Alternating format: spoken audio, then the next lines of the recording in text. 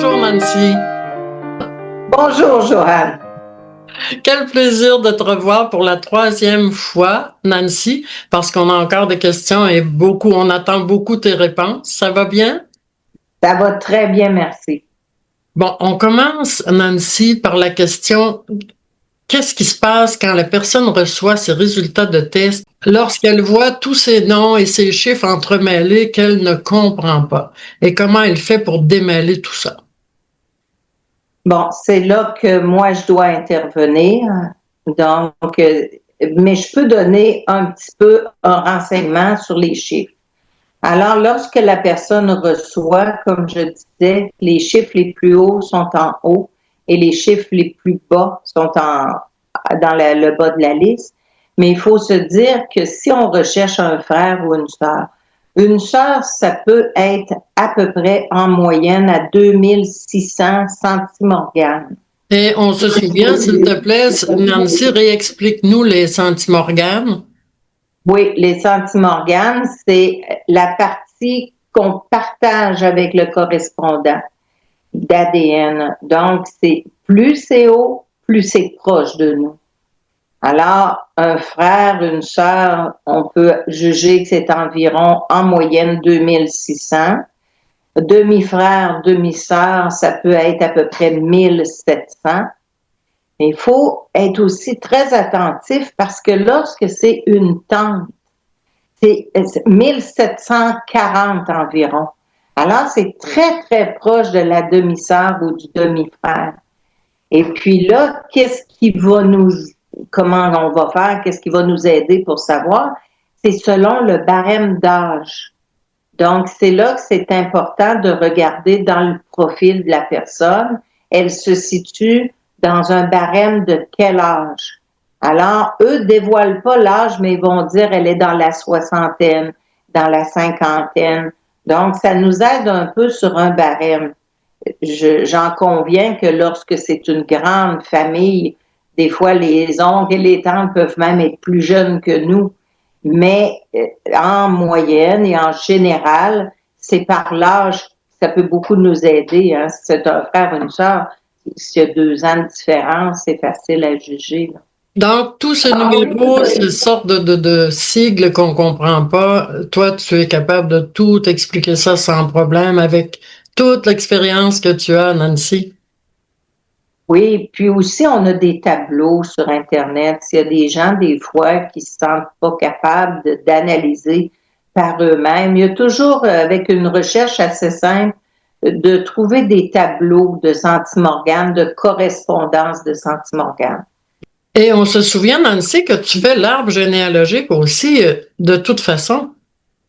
Absolument, oui, je suis obligée de monter l'arbre généalogique pour placer les correspondants dans l'arbre, pour être capable de juger si j'ai un centimorgane de 800.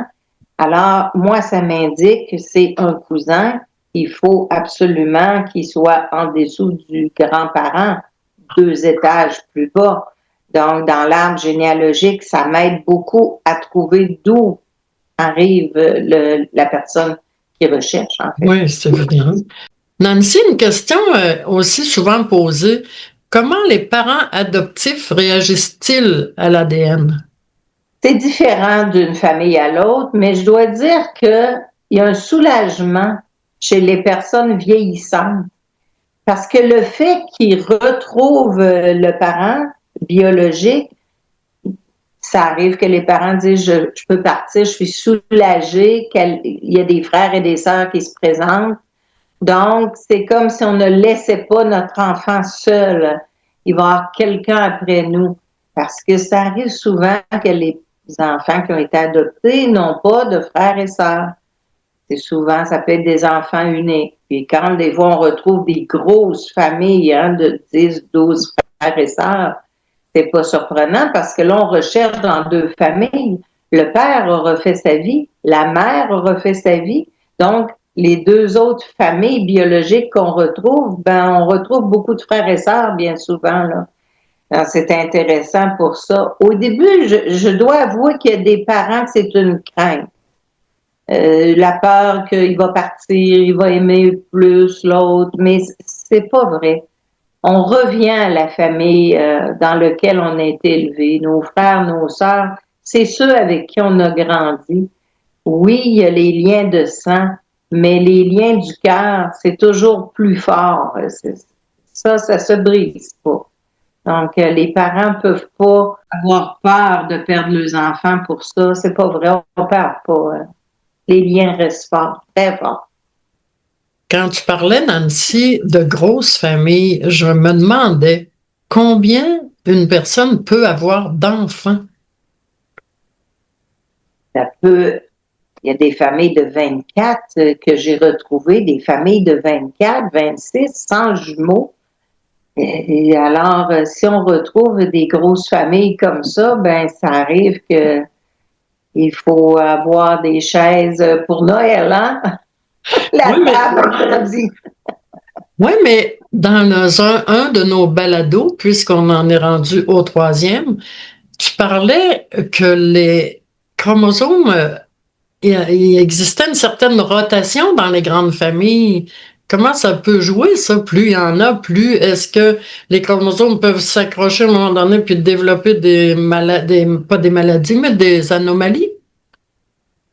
Non, pas dans les familles normales. Dans les familles, c'est juste quand il y a de l'endogamie, mais Ah, de l'endogamie très forte, là. Mais mais sinon, non. Dans les familles normales, où c'est toujours le même père, la même mère, ou même demi, aucun souci pour ça.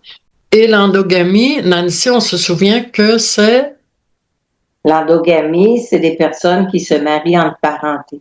oui, c'est-à-dire un oncle, un cousin, une cousine. Oui, c'est ça, personne très proche, un oncle, une nièce. Souvent, Nancy, on entend dire ah, les tests ADN, c'est pas précis.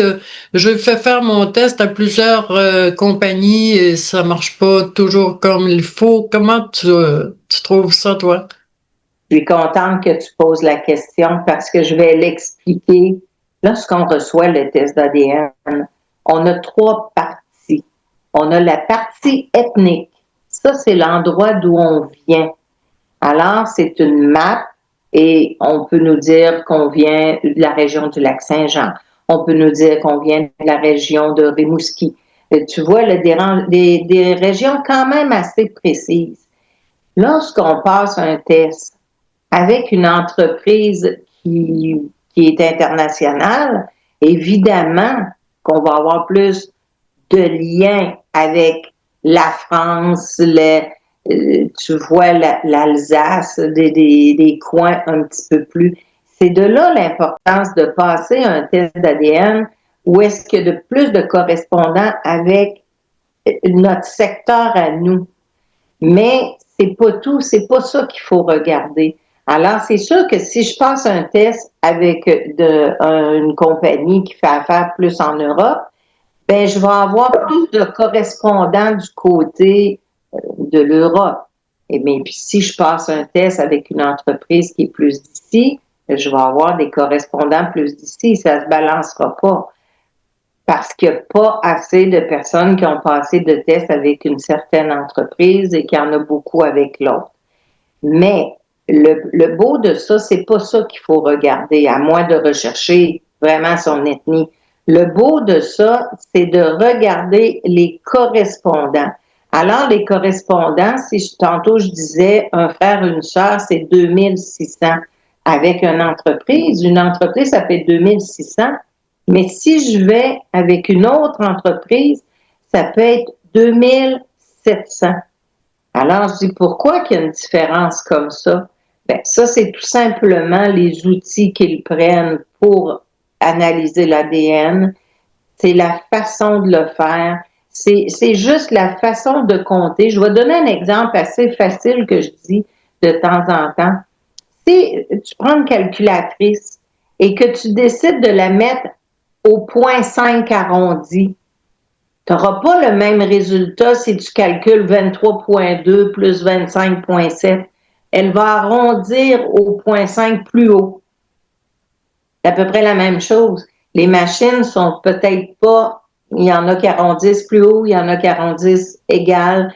C'est pour ça qu'il y a des entreprises où est-ce qu'on voit 800,3, d'autres on voit 799 juste.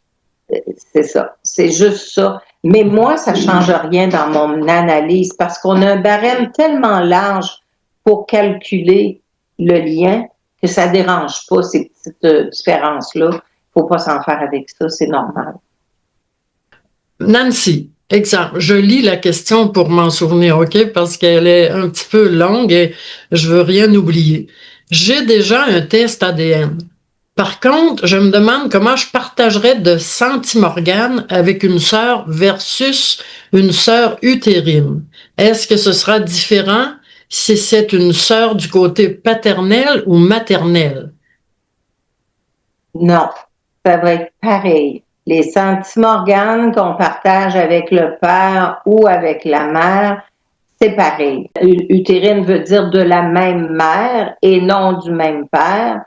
Les centimorganes vont être pareils que ce soit plusieurs pères, ça va être pareil. C'est toujours une demi-sœur. Alors, c'est ça, des sœurs utérines. On peut dire demi-sœurs, tout simplement. Ta différence, quand tu disais utérine qui vient seulement de la mère et non du père, as-tu une petite explication à nous faire là-dessus? Oui, c'est ça. Une sœur utérine, c'est des sœurs qui sont nées du même utérus. Donc, c'est ça, c'est des demi-sœurs. Donc, c'est pas le même père, mais c'est la même mère. Ça devient des sœurs utérines, tout simplement. Oui, après avoir fait un test, Nancy, est-ce que je peux retirer mon résultat des tests ADN que j'ai passés? Oui, tout à fait. Le test peut être complètement enlevé. Il n'y a pas de souci pour ça. Par contre, je ne le conseille pas. Je le garderai pour une chose. Vous n'êtes pas obligé de payer votre abonnement. Parce qu'un abonnement, si vous pouvez le payer ou non, ça, c'est à votre choix. Si vous voulez faire vos recherches vous-même. Alors là, on doit payer un abonnement pour rechercher. Mais si vous ne voulez pas rechercher, à ce moment-là, vous pouvez laisser votre test là et ne pas payer votre abonnement. Et ça ne vous empêche pas de recevoir toujours des nouveaux correspondants qui vont rentrer à toutes les semaines. Alors, des fois, on découvre des choses qu'on n'attendait pas du tout. Ça peut être un nouveau cousin qu'on peut aider. Et ça aide aussi les autres personnes qui recherchent, comme je disais, même si c'est relié par 1650, l'an 1650, votre test est toujours important pour aider la liaison à d'autres personnes. Donc, c'est comme un geste de générosité de le laisser sur place. Très bonne idée, Nancy. Mais je t'entends dire encore 17e siècle et tout. Quelle est la date la plus lointaine où tu as eu des résultats? Ben, en fait, ça arrive de temps en temps où est-ce qu'on a des liens très bas. Alors, au lieu d'avoir des 600, 500, on peut avoir des fois des liens à 50, 40. On peut travailler avec ça. C'est extrêmement long. Alors là, plus nos chiffres de correspondance sont bas, plus qu'il faut monter les arbres généalogiques haut. Alors, ben c'est ça. Il faut des fois monter très haut, même jusqu'aux premiers ancêtres qui sont arrivés ici au Québec. Nous, on est jeunes au Québec, hein. Donc, c'est une petite famille, là, le Québec. C'est pas très loin à remonter. Les Français, c'est plus compliqué. C'est-tu en t'écoutant, je pense aux Romains, aux Grecs, peux-tu remonter jusque-là? Non, c'est ça, c'est que nous, on a une chance inouïe, c'est qu'on n'a pas eu de guerre. Nos documents sont intacts. La seule chose qui s'est passée, c'est des incendies d'églises, des inondations, des choses comme ça. Ouais. On a perdu certains documents avec le temps. Mais on a une chance inouïe parce qu'on est un peuple jeune et on a beaucoup d'écrits de qui on est parce que on avait des religieux qui s'occupaient de tout garder, de tout écrire. Alors, ça, là, depuis que les Français ont débarqué, évidemment que oui, tout est inscrit. Bon, les Français nous jalousent beaucoup sur ça parce qu'on a des très beaux documents en bon état, même des mariages de 1700, impeccables, bien écrits, tout beau. Ouais. Nancy, que tu nous amènes dans un beau monde. Ma mère, exemple, refuse de me dire qui est mon père. Quelles sont les raisons les plus probables? Ça arrive souvent. Je dois dire vraiment souvent. Premièrement, c'est souvent, ben, c'est une douleur. Hein? La plupart du temps, c'est soit le rejet du père et la mère dit, ben, bon, OK, il a rejeté son enfant, il le verra jamais. Ça peut arriver, ça. Mais aussi, il faut pas se cacher qu'il y a des viols, ça arrive. Il peut y avoir de l'inceste aussi qu'on veut cacher. Il peut y avoir tout ça. Mais la mère, souvent, lorsqu'elle veut pas le dire, quand l'enfant recherche par lui-même, une fois qu'il a déterré le secret, ben, la mère est soulagée. La mère dit, bon, ben, il le sait, puis il réagit bien, puis tout se passe très bien. Ça vient de se passer pour moi cette semaine. Bon, une mère qui voulait pas du tout en parler, et puis, ben, est très heureuse maintenant parce que son fils a un très beau lien avec son père. Le père a maturé, a changé. Tu vois, la vie change aussi. Donc, faut pas se priver de ça parce que pour les antécédents médicaux, c'est très important de le dire. Puis il y a des mères aussi qui ne, ça arrive qu'on ne sait pas de qui est l'enfant. Mais il ne faut pas hésiter à le dire. Je ne le sais pas et je vais t'aider du mieux que je peux. À cet instant-là, je fréquentais telle ou telle personne. Et c'est tout. C'est la vie. Ça, c'est pas grave, là. Mais on se disait, Nancy, malgré que la personne soit décédée, exemple, l'un des trois hommes avec qui la personne aurait pu avoir cet enfant-là, tu nous disais que tu pouvais quand même relever l'identité. Oui, absolument. Oui, oui. Souvent, c'est des personnes décédées que je recherche. Parce que ceux qui recherchent en moyenne, ils peuvent avoir 70, 75, même 80 ans. Alors, leurs parents ne sont plus là, ça arrive. Mais tu procèdes à ce moment-là par arbre généalogique, je pense, hein? Exactement, par arbre généalogique et par, je regarde les CM d'une nièce, d'un petit-fils et des choses comme ça, là. Alors, on va vers les demi, mais on cherche par en bas au lieu de chercher en montant en 1600. On va aller vers aujourd'hui. C'est la recherche à l'envers. Mais ça se OK. fait très bien aussi.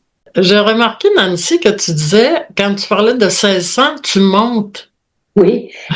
C'est parce que c'est visuel, hein? Quand on fait un arbre généalogique, notre barre est égale et on rajoute des gens en haut de nous. Donc, on dit tout le temps qu'on monte, On mais en fait, monte. on descend dans le temps. Mais on a l'habitude de dire en généalogie, on monte. Mais c'est faux, on descend. Oui, c'est vrai. C'est bon que tu spécifies. On avait parlé, Nancy, dans nos précédents balados, des donneurs de sperme, ce qui est un cas vraiment particulier dans vos recherches probablement, mais comment vous faites pour retrouver le donneur de sperme? Est-ce que c'est possible? C'est pas plus compliqué que de rechercher le père. C'est pareil. C'est exactement pareil. Donc, à ce moment-là, la recherche n'est pas plus compliquée. Sauf que, comme je disais dans l'autre balado, on retrouve des frères et des sœurs de la même âge. Ils ne sont pas jumeaux. C'est des demi-frères de la même âge. Est-ce que c'est pas anonyme, les dons de sperme? Vous avez quand même accès à l'ADN? Nous, on a accès à l'ADN parce que si quelqu'un passe un test d'ADN, l'ADN est accessible si lui la met accessible ou la personne recherche, elle peut. Et je vais spécifier un cas. Mhm. Si quelqu'un a fait un don de sperme et il ne veut pas être retrouvé, alors il ne passera pas de test d'ADN, évidemment.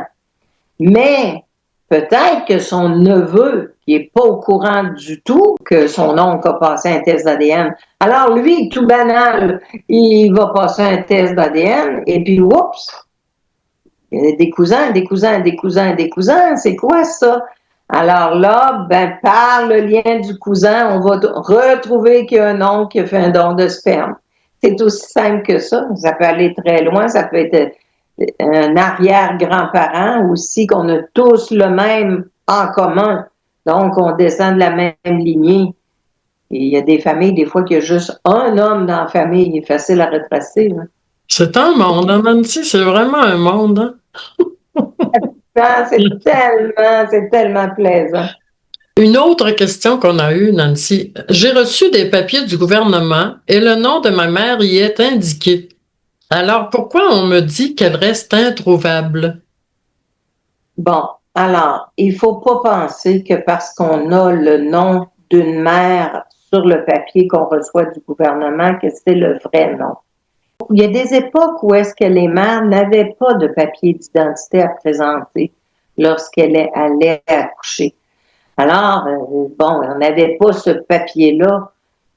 Et puis, on ne demandait pas de confirmation non plus. Là. Il n'y avait pas de main sur la Bible pour dire c'est mon nom. Et il y a aussi des femmes qui prenaient le nom, si, admettons, avait fait l'enfant avec Joseph Tremblay, disait s'appeler Madame Joseph Tremblay. Mais Joseph Tremblay, c'est un nom, je pense que ça doit être le plus connu au Québec, Tremblay et Joseph. Tu vois, c'est une façon d'être anonyme aussi. Donc, il faut pas se fier au nom. Moi, je le prends, je le mets de côté. Souvent, j'aime mieux ne pas le regarder. Je regarde l'ADN avant, je dis, bah, c'est une famille Vachon. Alors, je m'en vais dans la famille Vachon et je dis, quel nom est-ce qu'on t'avait donné? Vachon. Ah, c'est au bon endroit. Alors là, ça peut m'aider de rechercher. Mais je dois dire qu'il y a beaucoup de renseignements sur les papiers qui sont pas vrais. Soit que ce soit intentionnel ou non, là, peu importe. Ne pas rester vraiment fixé sur l'âge, parce qu'on dit sur les papiers, les gens ne savent pas ce qu'on retrouve, je vais le dire. Ce qu'on retrouve, c'est le nom de la mère, c'est la fratrie, le nombre de frères et de sœurs qu'elle avait à l'époque. Est-ce qu'ils sont mariés ou non, ses frères, ses sœurs? Tous ces renseignements-là nous aident aussi à retrouver l'âge du père et le métier du père de la mère est là. Donc aussi, puis il y a une partie côté paternel qui est remplie des fois, qui reste vide aussi. C'est seulement marqué inconnu. Mais ça peut arriver que la mère ait marqué qui était soudeur, qui avait 26 ans, qui habitait Québec. Mais en fait, c'est pas ça. Comme je disais, j'ai déjà eu un cas que c'était soudeur, mais en fait, c'était un comptable. C'était pas ça du tout. Donc, là, on cherche les soudeurs, puis on s'acharne à chercher les métiers, mais ne pas se fier à ça. Plutôt suivre l'ADN, puis de ne pas se laisser influencer par des noms ou des métiers ou des âges. Suivre l'ADN. L'autre question intéressante qu'on a reçue, Nancy, analyste ADN que tu es, sur mon baptistère primaire, le nom de parrain, marraine y est inscrit. Est-ce possible que ce soit des membres de ma famille biologique? Non. Les gens vont rechercher, souvent vont s'accrocher parce que maintenant, avec la loi 2, ils peuvent recevoir leur baptistère d'origine. Ça, c'est depuis juin 2024. Alors, quand ils reçoivent leur baptistère primaire, il y a un parrain, une marraine, puis ils se mettent à la quête de ces gens-là, pensant qu'ils les connaissent. Est-ce qu'ils se rappellent de moi? C'est légitime de penser ça. Mais non, c'était des baptêmes de groupe. Ils pouvaient être baptisés 15 en même temps. Et c'était le personnel de la crèche qui servait de parrain, marraine. Donc, ça peut être une infirmière, une stagiaire, un concierge. Je trouve que c'est encore une embûche dans tes recherches. Oui, moi, j'en tiens pas compte du tout. Je veux même pas voir ce baptistère-là. Des fois, ce que j'aime savoir, c'est le nom d'origine que la mère a donné ou que les sœurs ont donné. Peut-être que ça serait intéressant d'en parler. C'est que le nom qu'on avait à la crèche n'est pas notre nom qu'on porte aujourd'hui. Alors, il y a des gens qui peuvent s'appeler je sais pas, Louisa Tremblay sur leur baptistère d'origine, mais en fait, ça s'appelle maintenant Manon Leblanc. Ce nom-là, le nom primaire, ça veut pas toujours dire que c'est la mère qui l'a donné. Ça dépendait avec qui, les époques. On va dire que c'était les époques. Alors, ça arrivait que c'est un indice. Je vais te donner un exemple. Une fois, c'était écrit Élise et la mère s'appelait Lise. Tu vois, elle avait laissé comme un indice pour se laisser rechercher, retrouver, des choses comme ça. Mais il y a une époque aussi, une certaine époque où c'est les sœurs qui donnaient les noms. Donc là, les noms étaient choisis comme suit. Alors, janvier, ce sera tous des Leblanc. Alors, il allait par janvier, février. L, M, N, O, P suivait, bon, alors, mettons en janvier, des Leblanc. M, ce sera des Morins le mois suivant. N, des Nadeau. Alors, il partait N-A, N-O, N, il développait tout ça. Puis, pour les prénoms, c'était la même chose. Ou la fête des saints. Ou encore, il partait avec les lettres alphabétiques. Alors, Adolphe, Alfred, Adèle, bon, comme ça. Ce mois-ci, c'est les A. Le mois prochain, ce sera les B. Ou l'inverse, on part des Z, Zébulon, et on recule jusqu'à A. Ah, c'est tellement intéressant, Nancy, ce que tu dis, c'est incroyable. Nancy, analyste ADN, est-ce que pour toi, c'est plus difficile de retrouver le père ou la mère? C'est pareil. C'est pareil? C'est pareil. C'est complètement, c'est pareil, c'est un sens ou sur l'autre. La seule facilité qui peut nous apparaître de temps à autre, c'est que la famille savait qu'il y avait eu une grossesse parce qu'ils ont vu la mère enceinte. Alors, bon, ben, ça peut nous aider, mais c'est extrêmement rare. Ça peut nous aider lorsque c'est une adoption de main à main dans les familles. Tu vois une mère qui est décédée, puis c'est sa sœur qui va prendre l'enfant. Des choses comme ça, là, c'est facile.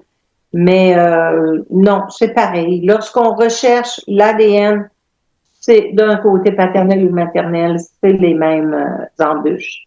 Puis, est-ce qu'il peut y avoir des erreurs dans un test ADN? Ça, c'est une question qui est souvent soulevée. Il n'y a pas d'erreur. Lorsqu'on fait notre test d'ADN, ça m'est arrivé à moi. Je suis contente que ça soit arrivé sur moi. J'ai passé mon test d'ADN et puis ils m'ont renvoyé un message disant qu'ils ne pouvaient pas l'analyser. Bon. Soit que j'avais peut-être mangé. On demande 1 heure avant, sans avoir mangé, ou bu avant d'avoir passé le test d'ADN. J'ai peut-être pris juste une gorgée de café, je ne sais pas. Ou peut-être que mon échantillon s'est brisé durant le transport. Ou peut-être que ma salive, c'était le matin très tôt. J'ai aucune idée. Mais mon test n'a pas passé. Alors, à ce moment-là, ils nous renvoient une boîte gratuitement. Puis, ils nous demandent si on veut repasser le test. Et puis, ce qui est des résultats, une fois que l'analyse est faite, là, il n'y a aucun doute. L'analyse, notre ADN, c'est notre ADN. Et puis, il y a des gens même que j'ai vus qui l'ont passé 2 et 3 fois parce que le père n'était pas le père puis il ne croyait pas. Ben, c'est ça. Alors, c'est pareil. Et il y a des gens qui ont fait des tests aussi stupides que de mettre l'ADN, la salive de leur chien, ou ils ont essayé ça, tu sais, pour voir qu'est-ce que ça donne. Ben, ça passe pas. Ça passe pas. Tu soulèves un point intéressant, l'ADN des animaux. Il n'y a rien qui existe là-dedans encore aujourd'hui? Lorsqu'on achète un chien ou un chat de race, on a le pédigree. Oui. Ce qui est assez étonnant, c'est que pour les animaux, on a le pédigree des grands-parents, des arrière-grands-parents, la lignée au complet. Et nous, ici, êtres vivants, on peut même pas recevoir nos antécédents par le gouvernement. Est-ce que ce serait, Nancy, qu'on ne serait pas de race? On est trop croisés, probablement. Ah, Nancy, quel plaisir. Est-ce que je dois payer d'autres tests ADN lors de ce test-là que je ferai, exemple? On va donner un exemple. Admettons que toi, tu fasses ton test d'ADN et je retrouve ta famille. Je dis, bon, ben, c'est certain que c'est dans cette famille-là. Alors, mais il y a 3 frères. Donc, je peux pas déterminer qui est le père, à moins par la logique de regarder les mariages et tout ça, mais l'infidélité existe aussi. Donc, c'est pas une barrière à être père, à être marié, ça. Non. Donc, là, moi, je dis, ben écoute, si tu veux être certain, tu peux demander un test d'ADN à celui qui n'était pas marié. Ou, bon, s'il est décédé, à son enfant, s'il y en a. Ou celui qui est déjà marié, les deux qui restent mariés, qui ont eu des enfants. Si ces deux personnes-là passent le test d'ADN, ben ça va nous confirmer que c'est les deux oncles. Donc, c'est l'oncle célibataire qui se présentait, c'est lui le père. C'est plus de la logique rendue là. C'est vraiment, c'est un jeu. C'est vraiment intéressant parce qu'on joue dans ça, puis on y va par la logique. Donc, c'est là qu'on doit peut-être repayer un test d'ADN pour être certaine que c'est notre parent.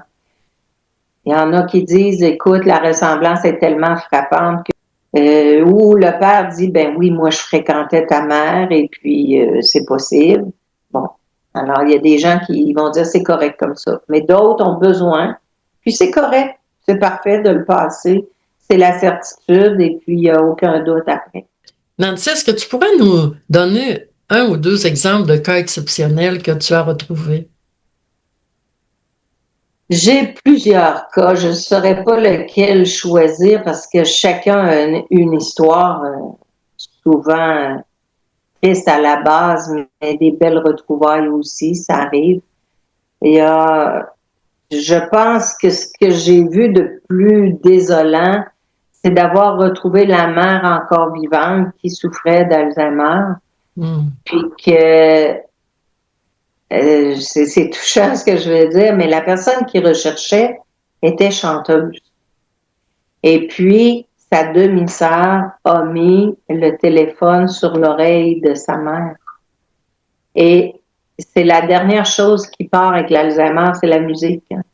Et la mère aussi était chanteuse. Alors, elle a entendu la voix, puis je pense qu'elle a reconnu peut-être un lien, elle a repoussé le combiné. C'était trop souffrant, il y avait quelque chose. Puis cette voix-là qu'elle a entendu chanter, elle n'a pas pu l'écouter. Pourtant, c'était une femme qui écoutait beaucoup de musique. Alors, elle a repoussé le combiné. Oh non. Ouais. Donc, il y a des cas, tu vois, il y a beaucoup de cas là, très touchants.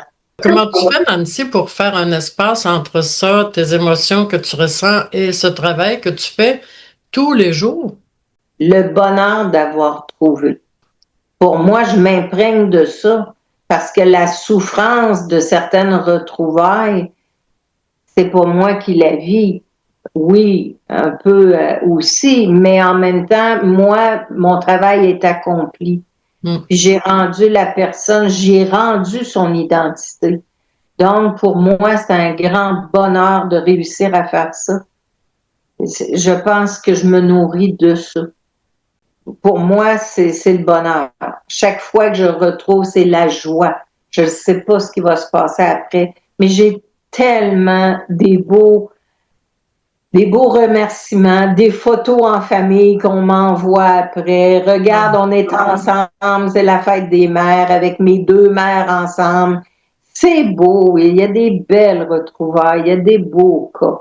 Il faut tellement pas hésiter. C'est pas toujours beau, mais au moins, on sait d'où on vient. C'est important pour être capable de cheminer dans la vie puis de continuer, de savoir qui on est, pour savoir le dire qui on est, savoir d'où on vient.